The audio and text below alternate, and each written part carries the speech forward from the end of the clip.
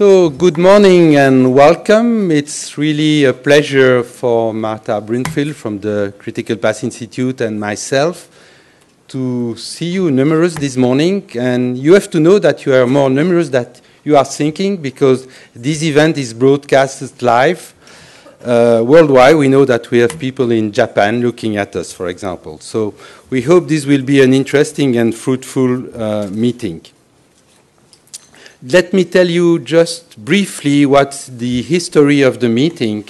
Actually, it's the third joint meeting organized by the IMI and the Critical Path Institute. And the rationale, the reason is quite clear, is that since the beginning, we realized that we have many common interests. We have common missions, which is to reinvigorate the pharmaceutical sector, all the process of drug development, on the basis of pre-competitive research. That's very important because, as you know, there are many public-private partnerships, but the partnership launched by the Critical Path Institute and ourselves are really based on primarily on collaboration between the companies themselves.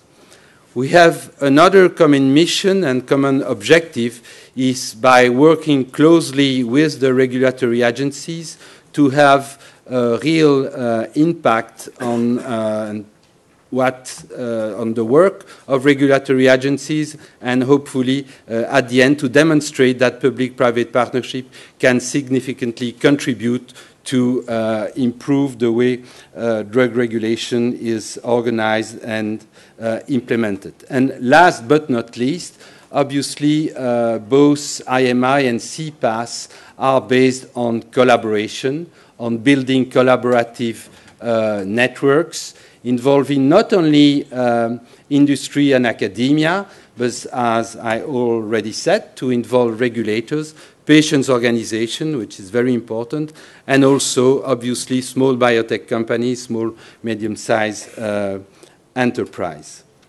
So, just a word about the regulators, the regulatory agencies. You know how busy those agencies and their managers are, and I'm really especially happy to have with us today many leading figures of both the European Medicine Agency and the FDA, and we know that PDMA is following us very closely as well. I would like to add that we are also very pleased, and you will hear more about this, to have with us the president of the foundation of the NIH, and which also share many common interests with our organizations. Now, behind such a meeting, there is also personal relationship which were built over the years. And I must say that Martha Brunfield, who is currently the CEO of the Critical Path Institute, is following the Innovative Medicines Initiative since the very beginning. I remember that you attended our very first stakeholders forum, and since that time, we maintain really close relationship.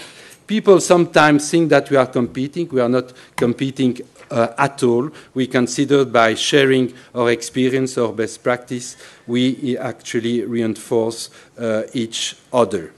Actually, before becoming the CEO of the Critical Path Institute, you have to know that Martha has a scientific background. She is PhD in chemistry. She has also a long experience with the pharma industry, with Pfizer, so she has obviously the ideal profile to join the Critical Path Institute, which she did first as director of the International and Regulatory Program, and more recently, as I said, she was appointed as President and Chief Executive Director. So it's my pleasure now to ask Martha to come here and to explain us in a nutshell what the Critical Path Institute is about. Martha, please.